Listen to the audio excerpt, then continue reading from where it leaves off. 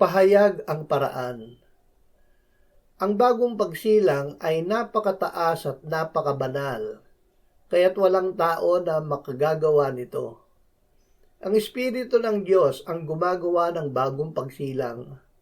Upang mangyari ito, ang anak ng Diyos ay nagpakababa, namatay at muling nabuhay para sa atin. Si Jesus at ang kanyang buhay ay nananahan sa atin ngayon. Hindi tayo ang nagliligtas. Ang ipinagkatiwala sa atin ni Jesus ay ang maghatid ng kanyang mabuting balita.